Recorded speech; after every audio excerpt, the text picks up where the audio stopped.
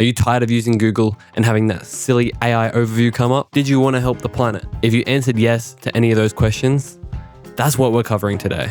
Ecosia, the search engine that plants trees. Firstly, let's get into a little bit of history. Ecosia was founded by Christian Kroll in 2009. When he was traveling, Christian noticed the positive impact trees had on people and the planet. He also knew search engines were very profitable. So he had an idea. Make a search engine that dedicates its profits to the planet. And then out of his apartment, he launched Ecosia, the first non-for-profit search engine. Since then, Ecosia has planted over 240 million trees and dedicated nearly 100 million euros to climate action. Now, all that seems great. A little too great. So I had a little dig to see if they were really telling the truth. Firstly, I found this article by Christian Kroll, the founder himself, written in 2018. He stated he had made 2 promises. 1, I will never sell Ecosia. Number 2, I will never take profits out of the company. As a part of that second rule, he turned his company into a steward-owned company. This is a legally binding model with 2 stipulations. Number 1, shares can't be sold at a profit or owned by anybody outside the business. And 2, no profits can be taken from the company. So we know the company can't be used to make a profit. But where is the money really going? It's a good thing they tell us that as well. In December of 2025, the funds from Ecosia were split into 6 different categories: trees, other climate impact, building search diversity, paying their taxes, spreading the word, and operational costs. Additionally, in this month, they were able to finance more than 7.5 million trees and dedicated over 2.5 million euros to climate action. Okay, so we have a pretty good understanding of what Ecosia does and how reputable they are. They've shown where all the profits go. Now for the interesting part. How does the Ecosia browser and search engine compare to the competition?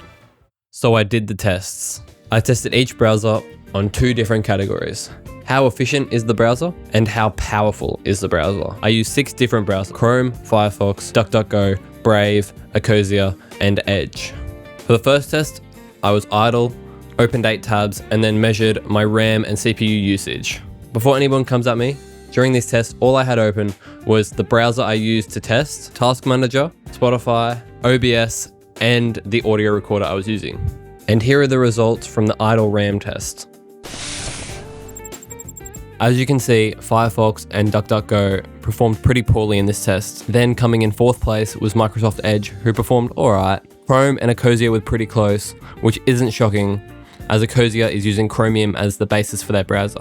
But Ecosia was in 2nd place, and coming in at 1st is Brave, who had nearly 3 times less RAM usage idly than Firefox. And here's the results from the CPU idle test. We can see in last place we have Edge, and then Chrome, having over a percentage used. Then we have Firefox and Brave in equal 3rd, followed up by DuckDuckGo, and then Ecosia in 1st place. Now this CPU test is probably the most flawed because there's a little bit of human error on my part.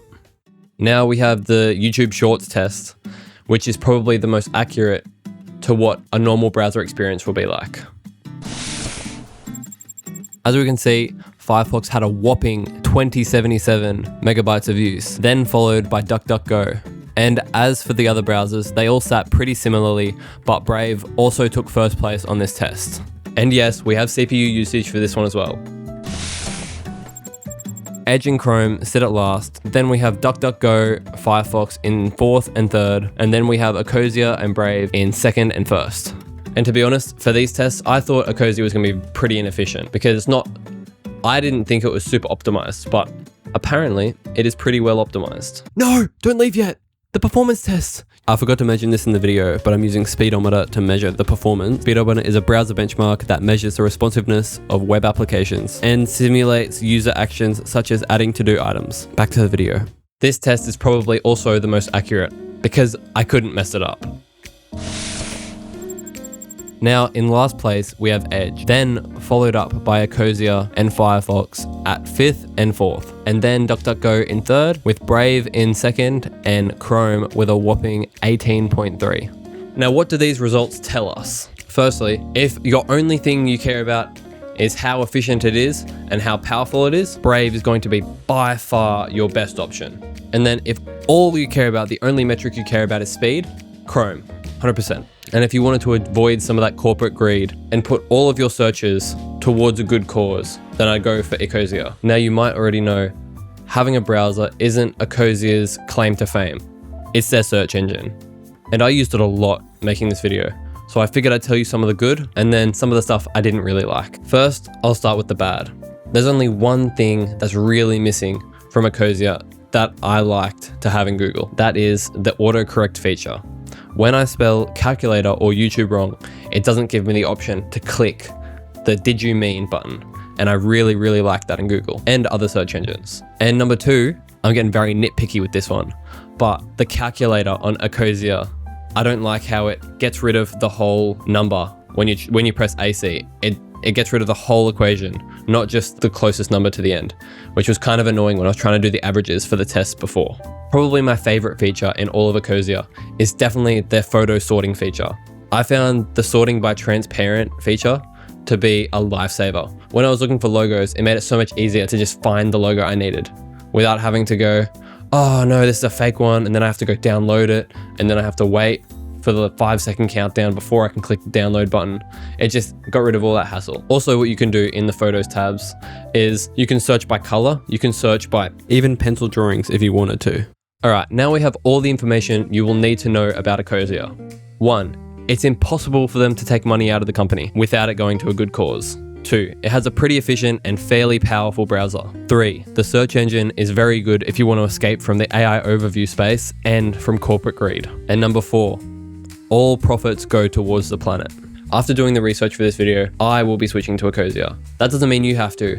If you don't feel that way, you don't have to be pressured into using something that's going to better the environment. But there is that option if you wanted it. So what do you think? Do you think you'll be switching to the browser or search engine of Ecosia? Or will you keep it the same? Let me know in the comments. If you like this video, please hit the like button. It helps us know that you like the content we're making and the format we present it in. Thank you for watching. Goodbye.